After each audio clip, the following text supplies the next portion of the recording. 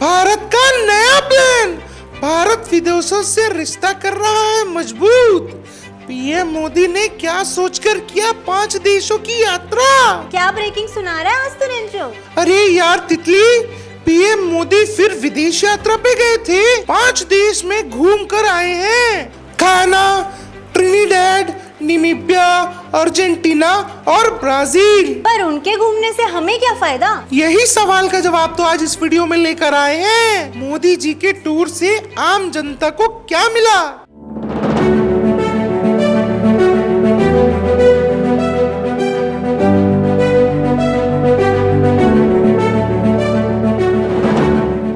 Honorable Mr. Narendra Modi, Prime Minister of the Republic of India. Namibians have benefited from scholarships and capacity building programs in India.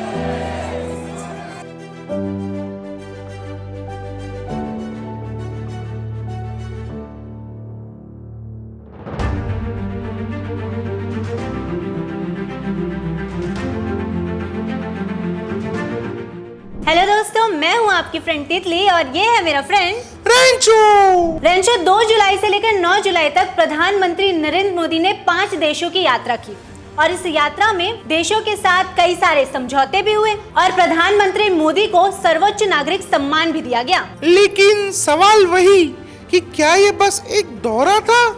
क्या भारत को सच में कुछ इससे मिला भी है? और इससे हमें यानी आम जनता को क्या फायदा मिलने वाला है, आपको इस वीडियो पर 5 मुख्य बिंदुओं से पता चलने वाला है और आखिरी निष्कर्ष देखना ना भूले। सबसे पहले स्पष्ट कर दें कि यह कोई अवकाश यात्रा नहीं थी, यह एक कूटनीतिक मिशन था जिसमें भारत ने ग्लोबल साउथ के देशों के साथ रिश्ते मजबूत किए। पता है रेंचो, भारत ने उन देशों को प्राथमिकता दी जिस पर चाइना का दबाव है और अगर भारत उनकी सहायता करेगा तो वो देश स्वतंत्र रूप से भारत की आगे सहायता कर पाएंगे। और भारत चाहता है कि इन देशों के नेतृत्व में नए वर्ल्ड ऑर्डर में उनकी अहम भूमिका हो, न कि बस दर्शक बनकर खड़े रहें। तो चलिए अब 5 देशों के बारे में एक एक करके बात करते हैं। क्या हुआ, क्या समझौता हुआ और उससे क्या फायदा होगा आगे। तो सबसे पहले बात करते हैं घाना की।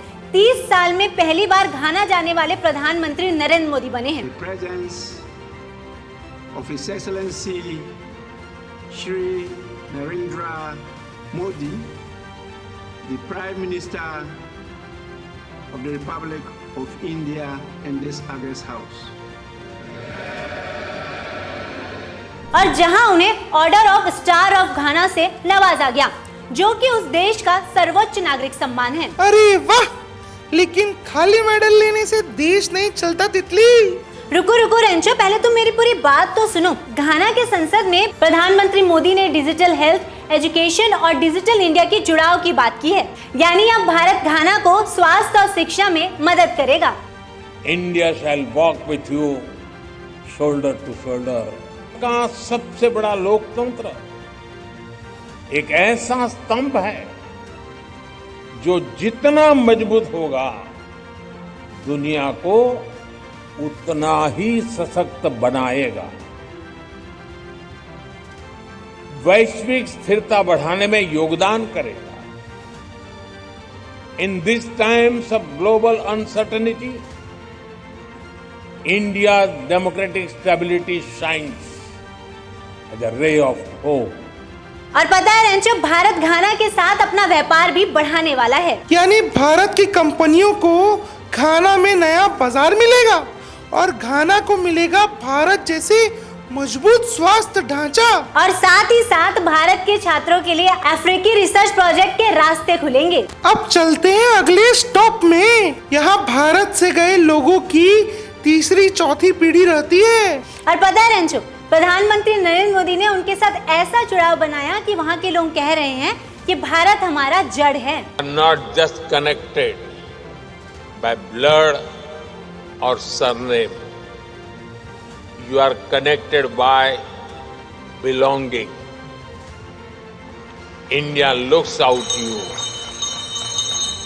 India welcomes you. And India embraces you. अगर ट्रिनिडैड में भारतीय लोग रह रहे हैं तो इसमें हम भारतीयों को क्या फायदा है? अरे फायदा मिलेगा रेंचो। फार्मा और आईटी सेक्टर में भारत को बड़े मौके मिलने वाले हैं और भारत अपनी दवाइयाँ कैरिबियन तक पहुँचाएगा, जिससे कंपनीज का इंपोर्ट एक्सपोर्ट बढ़ेगा। अच्छा, और जैसे ही निर्यात बढ़ेगा देश में नई फैक्ट्रियाँ, नई नौकरियाँ और नया रोजगार होगा। और उसके साथ त्रिनिदाद ने भारतीय स्टूडेंट को स्कॉलरशिप देने का वादा किया है और उसके साथ ही रिसर्च एक्सचेंज प्रोग्राम्स देने का भी वादा किया है। तो फिर वहाँ भारतीयों के रहने का फायदा तो है। चलो तितली, अब तीसरे देश में लैंड करते हैं, नामीबिया वो देश जहां प्रधानमंत्री नरेंद्र मोदी जी को सर्वोच्च नागरिक सम्मान से नवाजा गया और उसके साथ साथ भारत के डिफेंस सिस्टम और हेल्थ के लिए समझौते भी किए गए, जिसमें डिफेंस सेक्टर को नया बाजार मिलेगा और एनर्जी सेक्टर में भारत की पकड़ अफ्रीका में मजबूत होगी। यानी स्किल इंडिया का एक्सपर्ट वर्जन तैयार होने वाला है। चलो रेंचो, अब उस देश की ओर चलते हैं जहां विश्व का सबसे बड़ा लिथियम खदान है, अर्जेंटीना, जहां जमीन के नीचे लिथियम का खजाना छिपा है। अब पता है रेंचो, भारत की एवी इंडस्ट्री को जिस लिथियम की सबसे ज्यादा जरूरत है उसका सोर्स बना है अर्जेंटीना। मोदी जी ने लिथियम माइनिंग और सप्लाई को लेकर समझौता किया है। साथ ही भारत ने आईटी, मेडिकल एजुकेशन और एग्रोटेक में सहायता का वादा किया है। और अब आप लोग सोच रहे होंगे कि इससे फायदा क्या होगा।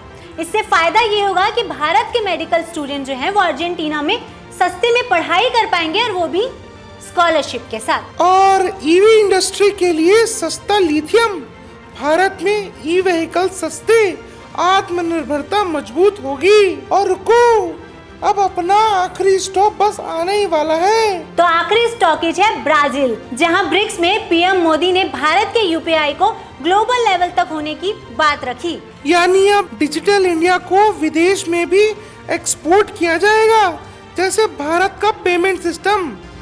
ब्राजील में यूपीआई के एडॉप्शन पर भी दोनों पक्ष मिलकर काम कर रहे हैं। हमें डिजिटल पब्लिक इंफ्रास्ट्रक्चर और स्पेस जैसे क्षेत्रों में भारत का सफल अनुभव ब्राजील के साथ साझा करने में खुशी होगी। और साथ ही यूएनएससी में भारत की सीट की बात को बड़ी मजबूती से उठाया गया। और बड़ी बात तो ये है तितली कि 2026 ब्रिक्स सम्मेलन भारत में होगा। यानी कि रेंचो, विश्व भर से निवेशक भारत आएंगे और इससे भारत का टूरिज्म बढ़ेगा और इंफ्रास्ट्रक्चर भी बढ़ेगा। और अब हम आते हैं मेन पॉइंट पर। प्रधानमंत्री नरेंद्र मोदी ने 5 दौरे किए और इससे आम जनता को 3 बड़े फायदे होने वाले हैं। रोजगार मिलेगा, स्कॉलरशिप और अच्छी शिक्षा मिलेगी और उसके साथ साथ अच्छी स्वास्थ्य सुविधा मिलेगी। तो तितली, अब ईमानदारी से बता, क्या मोदी जी सिर्फ घूमने गए थे? नहीं रेंजो, घूमना तो एक बहाना था, बल्कि भारत को और अंदर से मजबूत करना था, उनकी सेना को मजबूत करना था, भारत के लोगों को अच्छी स्वास्थ्य और शिक्षा देना था। और जब अगली बार हमें कोई बोले कि हमें क्या मिला है तो कह देना भाई, बहुत कुछ मिला है, नौकरी, स्कॉलरशिप, दवाइयाँ, इज्जत। बस समझने वाला नजरिया चाहिए और समझाने वाले हैं तितली और रेंचो। और अगर आपको हमारा ये एक्सप्लेनर वीडियो पसंद आया तो इस वीडियो को लाइक करिए, शेयर करिए, सब्सक्राइब करिए हमारे show the Raja Rancho show को।